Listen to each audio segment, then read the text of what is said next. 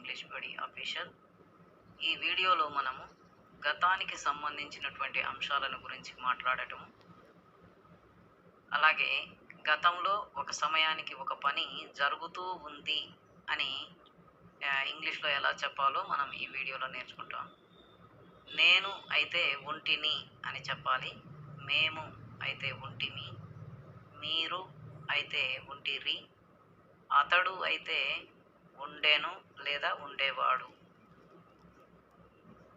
వారు అయితే ఉండేవారు అని చెప్పాలి, ఆమె అయితే ఉండేది, అవి అయితే ఉండేవి అని ఇలా గతానికి సంబంధించి మనం మాట్లాడుకోవాల్సి ఉంటుంది. అదే ప్రస్తుతానికి సంబంధించి అయితే, ప్రస్తుతం అంటే ఇప్పటికి సంబంధించి అయితే నేను అయితే ఉన్నాను అని చెప్పాలి,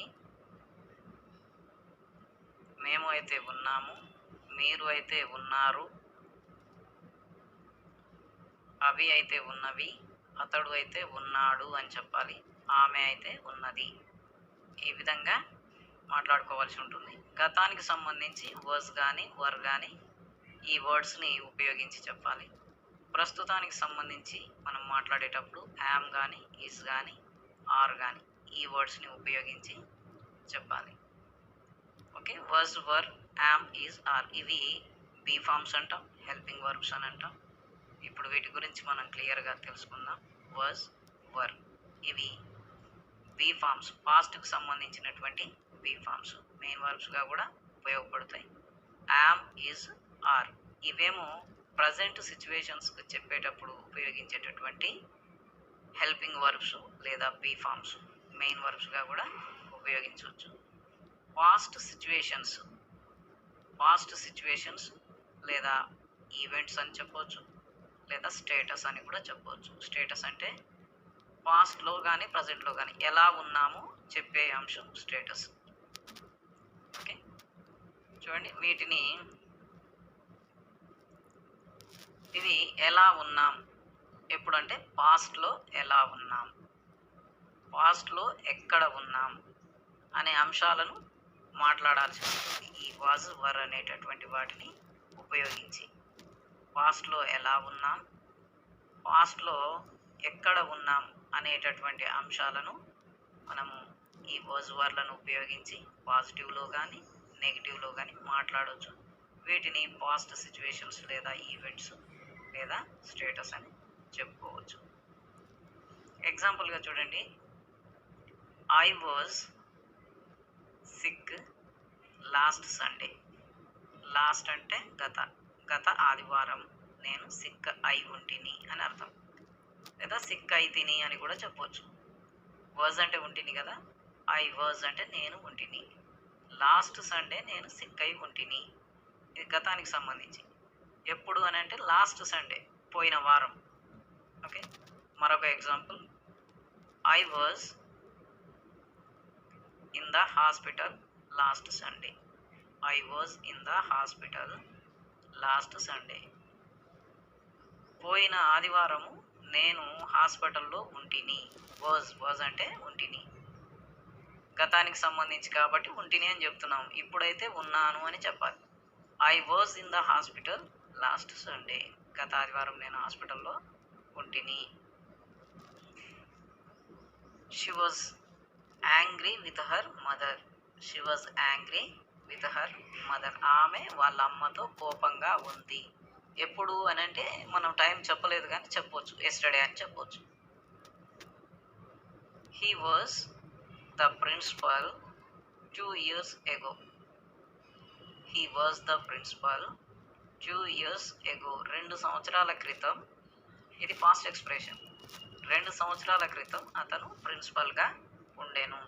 ఎప్పుడు 2 సంవత్సరాల క్రితం అని అంటే అది గతం, అయిపోయిన కాలం. 2 సంవత్సరాల క్రితం అతను ప్రిన్సిపల్గా ఉండేను. వీటిని మనం నెగిటివ్లో చెప్పాలని అనుకుంటే ఈ హెల్పింగ్ వర్బ్ అయినటువంటి ఈ ఏదైతే ఉందో, హెల్పింగ్ వర్బ్ కానీ మెయిన్ వర్బ్ అయినా కావచ్చు, అయితే ఇక్కడ మెయిన్ వర్బ్గానే ఉపయోగపడుతుంది ఇది. ఈ వాజ్ అనేటటువంటి వర్డ్ ఏదైతే ఉందో దీని తరువాత మనం నాట్, ఎన్ఓటి నాట్ రాసినట్లయితే ఇది నెగిటివ్లోనికి మారుతుంది. ఎలాగా I was not sick last Sunday అని చెప్పొచ్చు. I was not in the hospital last Sunday అని చెప్పొచ్చు. She was not angry with her mother అని చెప్పొచ్చు. He was not the principal 2 years ago అని చెప్పొచ్చు. ఇట్లా నెగిటివ్లో అయితే ఈ విధంగా చెప్పొచ్చు. ఓకే, చూడండి. అయితే వీటిని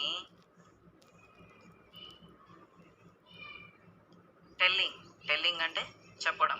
టెల్లింగ్ ఎనీథింగ్, ఏదైనా చెప్పడం. చెప్పడం అంటే స్టేట్మెంట్స్ అని అంటాం.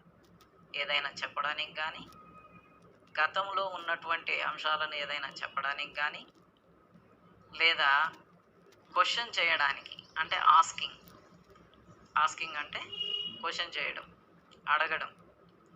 గతంలో ఉన్న అంశాలను, జరుగుతున్న పనులను క్వశ్చన్ చేయడానికి కానీ, అడగడానికైనా, క్వశ్చన్ చేయడానికైనా, పాజిటివ్లోను నెగిటివ్లోను, అడగడానికైనా చెప్పడానికైనా మనము ఈ వర్స్ కానీ వర్ కానీ ఈ వర్బ్స్ని ఉపయోగించుకొని మాట్లాడాల్సి ఉంటుంది.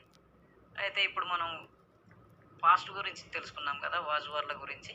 ఇప్పుడు మనము యామ్ ఈజ్ ఆర్ ప్రస్తుతానికి సంబంధించి చెప్పుకునేటప్పుడు ఈ యామ్ ఈజ్ ఆర్లను ఎలా ఉపయోగించాలో మనం ఇప్పుడు తెలుసుకుందాం. వీటిని మరొకసారి ఇటువైపుకి రాస్తాను ఈజీగా అర్థం కావడం కోసం. యామ్ ఈజ్ ఆర్, ఇవి బీ ఫార్మ్స్ అని అంటాం. వీటిని కూడా హెల్పింగ్ వర్బ్స్ అని అంటాం. వీటిని మెయిన్ వర్బ్స్గా కూడా ఉపయోగించవచ్చు. ఇప్పుడు మనం మెయిన్ వర్బ్స్గానే ఉపయోగిస్తున్నాం, వాజ్ వర్ అయినా ఇవేనా. చూడండి, ఇవి ప్రజెంట్ సిచ్యువేషన్స్, అవేమో పాస్ట్ సిచ్యువేషన్స్ వాజ్ వర్లు. యామ్ ఈజ్ ఆర్లేమో ప్రజెంట్ సిచ్యువేషన్స్ చెప్పడానికి, ప్రజెంట్ ఈవెంట్స్ని చెప్పడానికి, ప్రజెంట్ స్టేటస్ అంటే ప్రజెంట్ ఇప్పుడు మనం ఎలా ఉన్నాము, ఎక్కడ ఉన్నామో ఈ అంశాలను చెప్పేటప్పుడు కూడా మనం ఈ యామ్ ఈజ్ ఆర్లని ఉపయోగించుకొని చెప్పాల్సి ఉంటుంది. ఓకే, వీటిని ఎలా ఉన్నాం, ఎక్కడ ఉన్నాం చెప్పే అంశాలే ప్రజెంట్ సిచ్యువేషన్స్. రైట్, చూడండి ఎగ్జాంపుల్.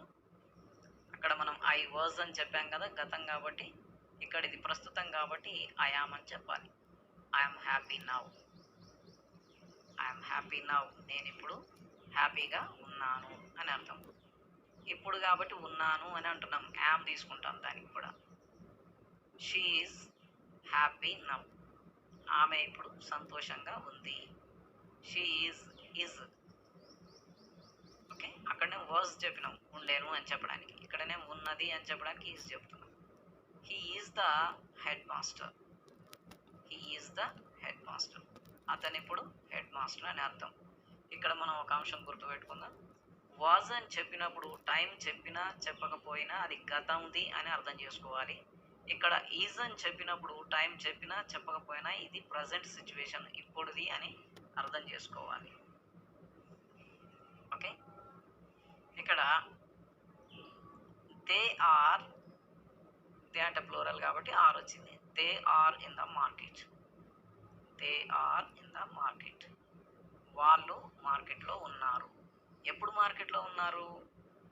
ఇప్పుడు మనం మాట్లాడే టైంలో ఇప్పుడు మార్కెట్లో ఉన్నారు అని అర్థం.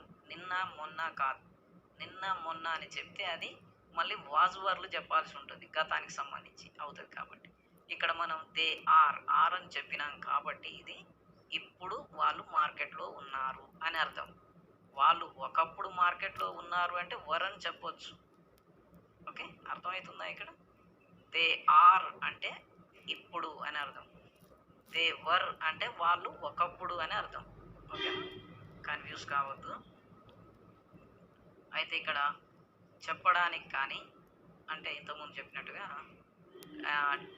టెల్లింగ్ ఎనీథింగ్ అంటే ఏదైనా చెప్పడానికి, అంటే చెప్పడం అంటే స్టేట్మెంట్స్, ఏదైనా చెప్పడానికి, లేదా ఏదైనా అడగడం అంటే ఆస్కింగ్ అంటే అడగటం. ఏదైనా అడగటం అంటే క్వశ్చన్ చేయడానికి మనము పాజిటివ్లోనైనా నెగిటివ్లోనైనా ఈ హెల్పింగ్ వర్బ్స్ని ఉపయోగిస్తాం. యామ్ ఈజ్ ఆర్ ఈ హెల్పింగ్ వర్బ్స్ని ఉపయోగిస్తాం. అయితే ఇక్కడ మరొక యూసేజ్ ఏంటంటే గతానికి సంబంధించి అంటే వాజ్ వర్లను మరొక రకంగా మనం ఉపయోగించే యూసేజ్ ఒకటి ఉంటుంది. గతంలో ఒక సమయానికి ఒక పని జరుగుతూ ఉంది, జరిగింది కాదు, జరుగుతూ ఉంది అని చెప్పడానికి మనం ఈ వాజ్ కానీ వర్ కానీ ఉపయోగించి చెప్పాల్సి ఉంటుంది. ఓకే, గతంలో ఒక పని జరుగుతూ ఉంది, ఒక పర్టికులర్ సమయంలో జరుగుతూ ఉంది అని చెప్పడానికి. ఓకే చూడండి, వాజ్ వర్ ఒక పని జరుగుతూ ఉంది అని చెప్పే సందర్భంలో వీటిని హెల్పింగ్ వర్బ్స్ అంటాం. హెచ్వి అంటే హెల్పింగ్ వర్బ్. వీటి తర్వాత మెయిన్ వర్బ్ ఫోర్త్ ఫామ్ అంటే ఇంగ్ ఫామ్లో ఉండాలి. ఇంగ్ ఫామ్ అంటే గో అని అనుకున్నాం అనుకోండి, గోయింగ్ అని చెప్పాలి. I was watching movie. I was watching movie. నేను సినిమా చూస్తూ ఉంటిని అని అర్థం. నేను సినిమా చూస్తూ ఉంటిని. చూస్తూ ఉన్నాను అని కూడా చెప్పవచ్చు. కానీ ఏమర్థం చేసుకోవాలంటే వాజ్ ఉంది కాబట్టి గతంలో చూస్తూ ఉన్నాను అని అర్థం. దానికి బదులుగా చూస్తూ ఉంటిని అంటే కరెక్ట్గా ఉంటుంది. నేను సినిమా చూస్తూ ఉంటిని. ఎప్పుడు? నీవు ఫోన్ చేసినప్పుడు నేను సినిమా చూస్తూ ఉంటిని అని చెప్పొచ్చు. నీవు మా ఇంటికి వచ్చినప్పుడు నేను సినిమా చూస్తూ ఉంటిని అని చెప్పొచ్చు. ఈ విధంగా ఐ వాజ్ వాచింగ్ మూవీ. నేను సినిమా చూస్తూ ఉంటిని. ఒక పని చూస్తూ ఉండడము జరుగుతూ ఉంది అని అర్థం అక్కడ. Okay right. చూడండి మరొక example. I was sleeping. I was sleeping. నేను నిద్రపోతూ ఉంటిని. నేను ఇక్కడ టైం చెప్పలేదు, కానీ వాజ్ చెప్పినప్పుడే అది గతానికి సంబంధించి అని అర్థం చేసుకోవాలి. ఓకే, మరి ఇప్పుడు గతానికి సంబంధించి వాజ్తో చెప్పాం కదా, ఇప్పుడు ప్రజెంట్లో ఒక పని జరుగుతూ ఉంది అని ఎలా చెప్తాము చూద్దాం. I am watching movie. I am watching movie. ఇక్కడ డిఫరెన్స్ ఏంటో మీరు అర్థం చేసుకున్నారా? అక్కడ ఐ వాజ్ వాచింగ్ మూవీ అన్నాం, ఐ వాజ్ తీసుకున్నాం. అక్కడ అది గతం కాబట్టి నిన్ననో మొన్ననో చూస్తూ ఉంటిని అని చెప్పడానికి వాజ్ తీసుకున్నాం. ఇక్కడ చూస్తూ ఉన్నాను అని చెప్పడానికి యామ్ తీసుకుంటున్నాం. I am watching movie. ఇది ప్రజెంట్ కాబట్టి యామ్ తీసుకున్నాను. I am watching movie. Okay, I am sleeping. నేను ఇప్పుడు నిద్రపోతూ ఉన్నాను అని అర్థం. యామ్ చెప్పాం కాబట్టి ఇప్పుడుది అని అర్థం చేసుకోవాలి. ఓకే, అర్థమైందని అనుకుంటున్నాను. అయితే వీటిని మనము ఇప్పుడు ఏ ప్రొనౌన్స్తో యూజ్ చేయాలో మనం ఇక్కడ క్లియర్గా తెలుసుకుందాము. వి, యు, దే.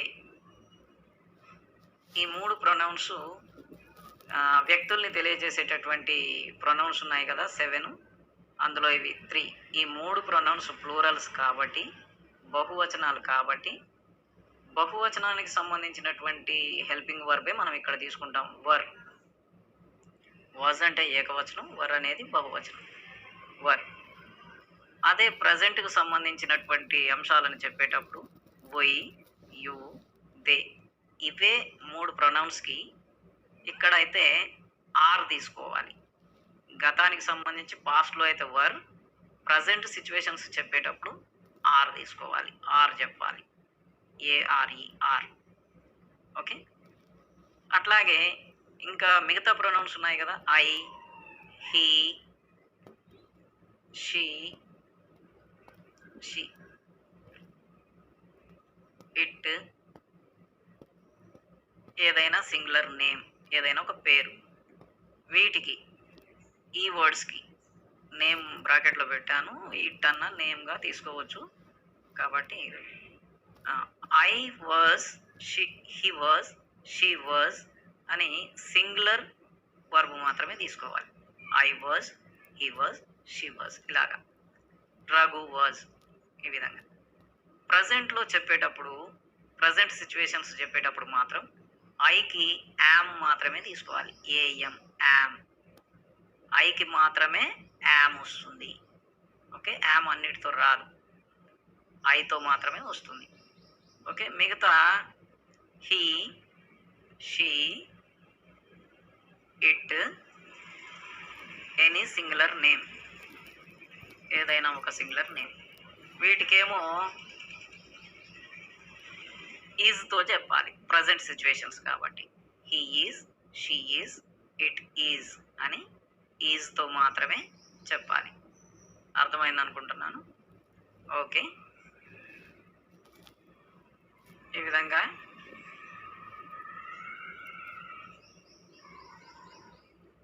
ఇక్కడ మరొక యూసేజ్, గతానికి సంబంధించి ఈ వజ్ వర్ల్ అని చెప్పేటప్పుడు మరొక యూసేజ్ ఉంది. అన్రియల్ లేదా ఇమాజినరీ కండిషన్ అని అంటాం. అన్రియల్ అని అంటే నిజం కానటువంటిది అని అర్థం. ఇమాజినరీ అని అంటే ఊహాత్మకమైనటువంటిది, అంటే ఊహించుకోవడానికి మాత్రమే ఉపయోగపడేటటువంటిది, నిజం కాదు, నిజం కానటువంటిది. దీనిని అన్రియల్ ఆర్ ఇమాజినరీ కండిషన్ అని అంటాం. వీటి గురించి నేను ఒక వీడియో సపరేట్గా ఫ్యూచర్ వీడియోస్లో ఒకటి చేద్దాం. కాబట్టి జస్ట్ ఇది ఇంట్రొడక్షన్ మాత్రమే, మీకు ఇది ఇక్కడ అర్థం కాదు. కాకపోయినప్పటికీ నేను మరొక వీడియో చేస్తాను కాబట్టి వరిగా అవసరం లేదు. Were is used with all pronouns. ఇక్కడ అన్రియల్ కండిషన్ లేదా ఇమాజినరీ కండిషన్లో మనము వాజ్ ఉపయోగించం. వర్ మాత్రమే అన్ని ప్రొనౌన్స్ తోటి, ఐతోనైనా, ఐ సింగులర్ అయినప్పటికీ ఐతో కానీ, వీతో కానీ, యూతో కానీ అన్నిటితోటి వర్ మాత్రమే యూస్ చేయాలి. I were, we were, were, they were, he were, she వర్ అని రాయడం లేదు. ఒక వీడియో సపరేట్గా చేద్దాం కాబట్టి ఏం రాయడం లేదు, just it is only introduction. Okay, right. So here మీరు ఈ వీడియో కనుక మీకు నచ్చినట్లయితే ఎంకరేజ్ చేయండి, ఛానల్ గ్రోత్కి సపోర్ట్ చేయండి, సబ్స్క్రైబ్ ద్వారా సబ్స్క్రిప్షన్స్ చేయించండి, లైక్ చేయండి, షేర్ చేయండి, కామెంట్ చేయండి. Okay, thank you for watching.